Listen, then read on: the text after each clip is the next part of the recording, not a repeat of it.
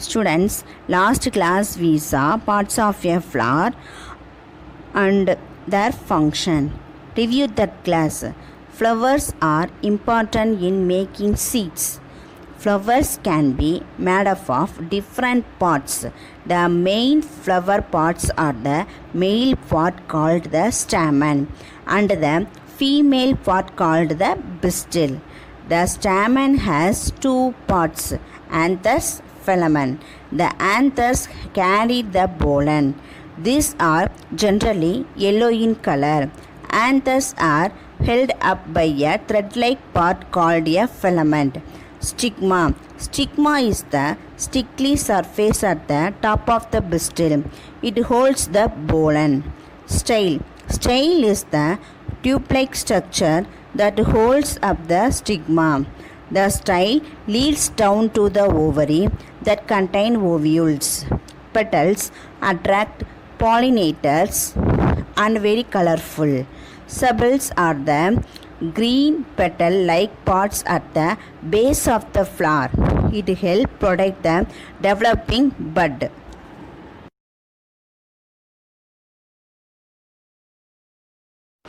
Today we are going to learn about pollination and fertilization. The new plant generally grows from the seeds, but have you wondered how, as we know, the flower turns into the fruit?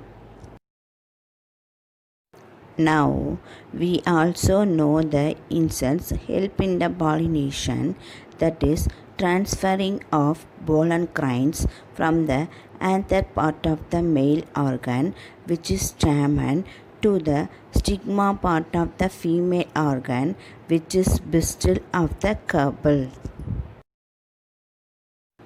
You know, if the pollen grain are transferred to the stigma of the same flower, it is called self-pollination.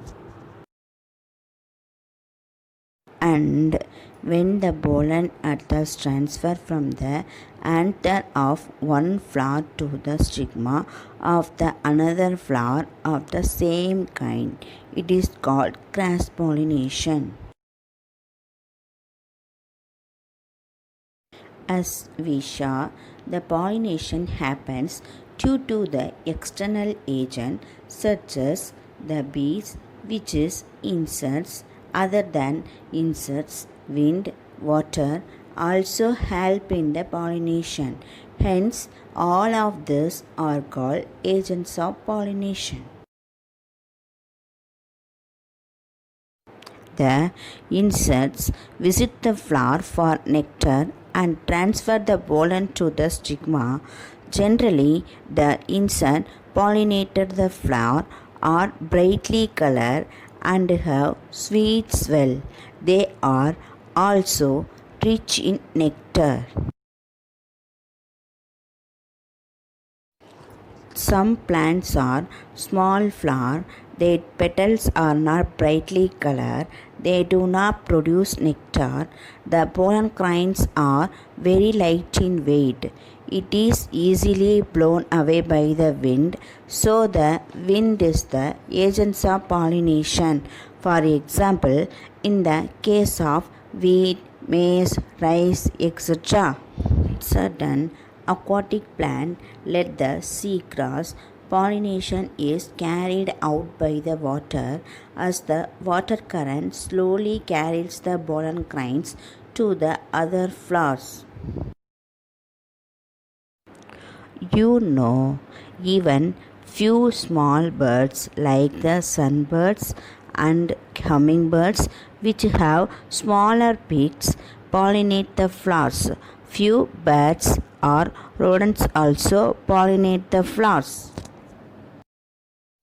Let's see what exactly happens after the pollination.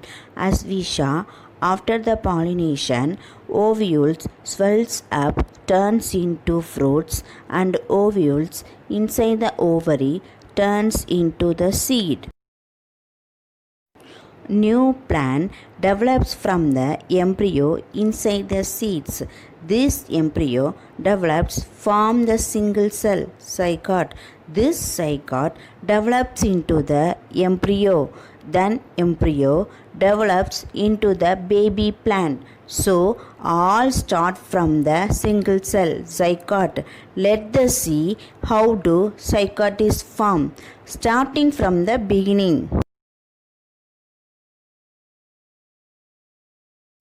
Bee came and dropped the pollen grain in the stigma. Hence the pollination is done. For the pollination, pollen grains leads to be transferred to the stigma. But why?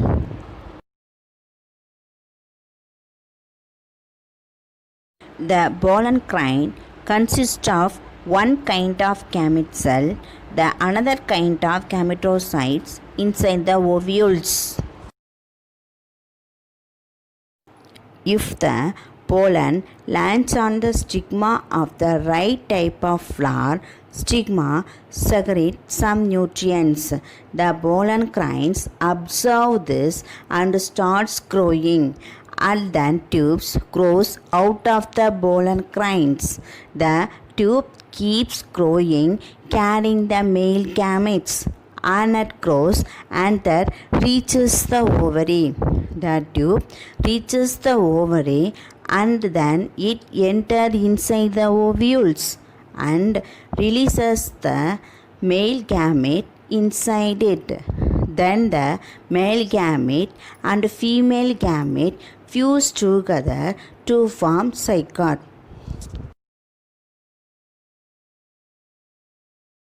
Then two different type gamete cell fused zygote is formed and this zygote grows into the embryo as the pollen grain comes from the male part of the flower consists of the male gamete and ovule consists of the female gamete. This process of fusion of male gamete and female gamete to form a zygote is called the fertilization. The zygote is formed due to the fertilization. Then the zygote develops into the embryo. Then embryo develops into the baby plant. This type of plant reproduction process is called sexual reproduction. So, in the sexual reproduction of plants, the gamete participate. Zygote is formed after the fusion of male and female gametes. You know, certain plants, for example, hibiscus plants, the same flower has the both male and female gametes. As the flower is called the bisexual flowers or complete flower. While in other plants, for example, pumpkin, corn, papaya, etc., the flower has either the male gamete or the female gamete, as the flower is called the unisexual flower or the incomplete flower.